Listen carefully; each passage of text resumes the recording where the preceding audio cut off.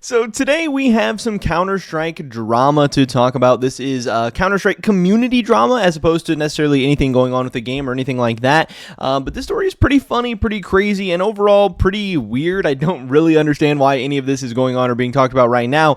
But our story today does involve the three main characters of Jesus, obviously the very, very large YouTuber, content creator, Twitter personality, whatever. The Orange Man himself, Fano, that we all know and love, and then Nalo, the Counter-Strike skins YouTuber, Twitter personality, all that good stuff as well.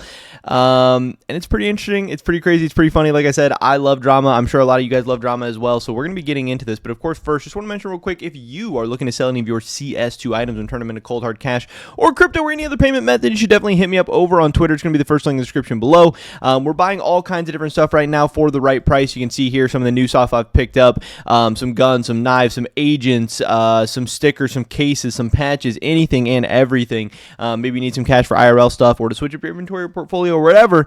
We can probably get a deal done, so hit me up. And of course, by selling me, you're helping support me, my channel, and my content. With that being said, let's get right into this. So yesterday, a very, very, very weird video was posted by Jesus.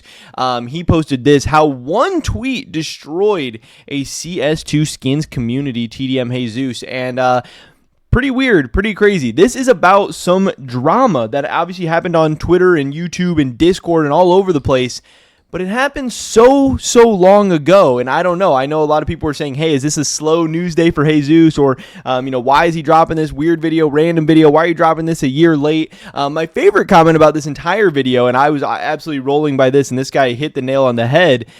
He said, this video is about drama that approximately 200 people knew about. I mean, Jesus is really diving into the bag in this one. I know Counter-Strike content is kind of stale right now. We haven't really gotten any new big Counter-Strike 2 stuff to talk about or whatever, but Jesus really milking the cow or going really, really deep and dry on this one. I know people say sometimes, hey, I make stupid video ideas or stupid videos or whatever, but I'm at least posting daily content. I at least have a good excuse. Jesus posting much less often, dipping way into his bag to talk about drama a year later. People get mad at me when I make a video like 2 or 3 days late.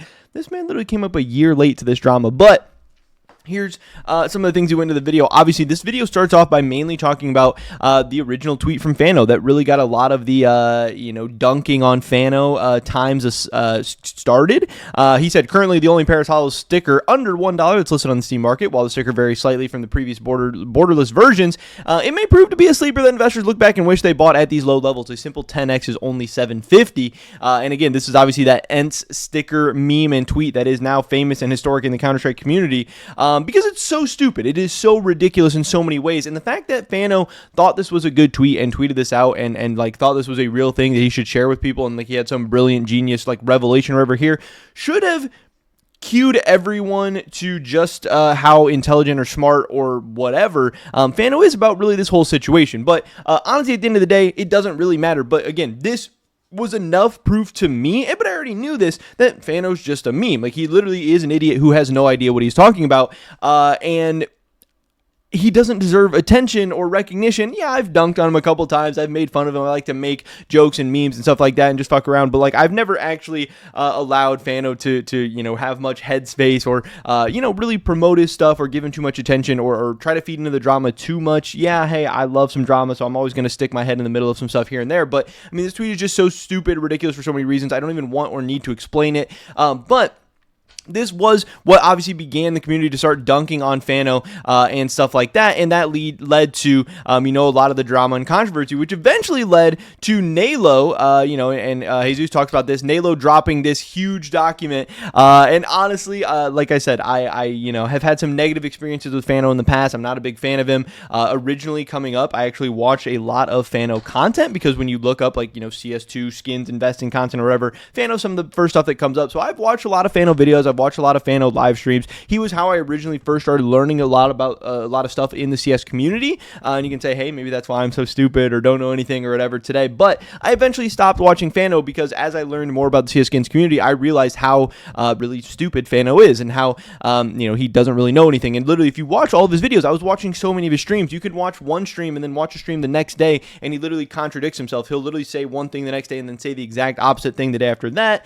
You can go into his Patreon, you can see his investment portfolio. He was down so much on so many things, but whatever. People are going to be right and wrong about certain investment ideas or strategies or tips or whatever. I've been right and wrong. I've lost tons of money on certain stuff. I've made tons of money on certain stuff.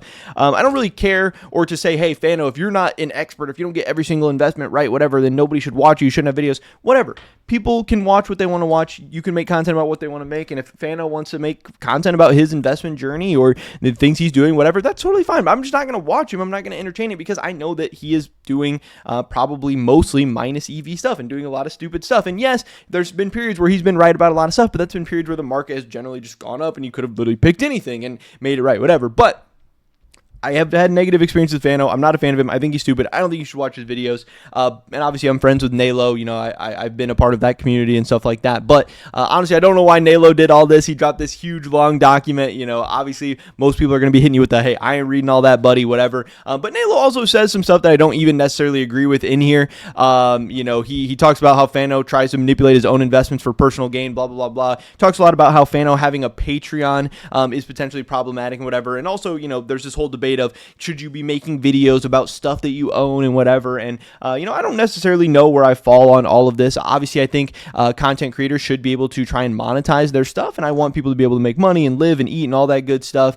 But yes, obviously having a Patreon about skins content is potentially problematic. And Jesus kind of says, hey, so what? Who cares? You know, you don't get to decide the rules. But he's also kind of glossing over the fact that obviously having a Patreon and paywalled content for stuff like this is potentially problematic. You know, Fano, whether he's actually done it or not, I'm not saying he has manipulated markets or whatever. I honestly don't really give a shit, but it at least allows him the opportunities to do that, you know, by getting people into this paid Patreon group or whatever. And then, yeah, he can obviously release stuff early out to them and then potentially pump that up, but also people buying into, you know, these are literally like what pumping up groups are like for crypto and stuff like that. You know, people are like, oh, hey, pay money to get into my Discord and we'll let you know what crypto we're buying next. Again, I'm not saying that's what Fano is doing, but I'm just saying we also don't know that he's not doing that, or we don't know that he doesn't have the potential to do that. And the fact that anyone has the potential to do that leaves it in this generally gray area. You know, people generally in like the stock market, you know, community don't really want people,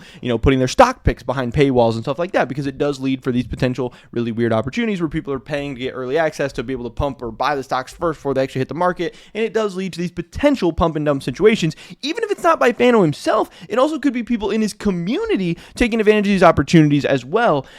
So it just creates these really problematic opportunities. And that's why most people kind of frown against it or whatever. Now, then, you know, also just Fano making videos about the stuff he buys. You know, he bought the Apex stickers, made a ton of videos about them, blah, blah, blah, whatever. Again, I don't know. I've made videos about stuff I've bought before. Most of the videos I make is not about stuff that I bought or stuff that I own, but I definitely have made videos about stuff I own. I'm definitely going forward. I think people should be able to talk about their investments. I think people should be able to talk about their portfolio. So making videos about stuff you own, I don't really think is that big of a deal or whatever. But, you know, Nalo does talk about how Fano has no idea what he's talking about and gives people bad advice, blah, blah, blah, blah. And yeah, I agree. He doesn't know what he's talking about. He does give bad advice, but does that mean he should be deplatformed or not have a YouTube channel or whatever?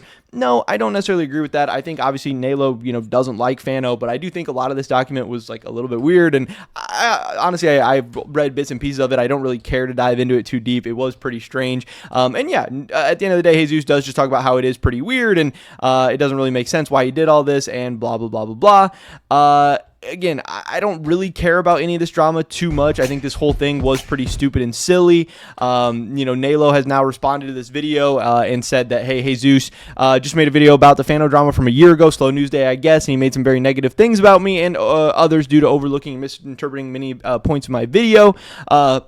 He says he does defend Fano a lot. You know, Jesus does randomly defend Fano a lot, which I think is a little bit strange because there's definitely some things to criticize Fano for. He has done a lot of weird and strange stuff. But again, at the end of the day, I don't necessarily think that means he should be deplatformed or be canceled or whatever because, you know, some of the stuff that Nalo does say is like, hey, how does this guy still have a platform or why does this guy still have a platform and stuff like that. You know, he has made tons of silly videos and tons of silly investments and stuff like that. But, you know, at the end of the day, like I said, people are going to do that. I'm going to make videos about stuff that goes up. I'm going to make videos about stuff that goes down. I'm going to make bad investments, good investments, whatever. And people can say that means I'm stupid and you shouldn't watch me and I shouldn't have a content or a platform or whatever.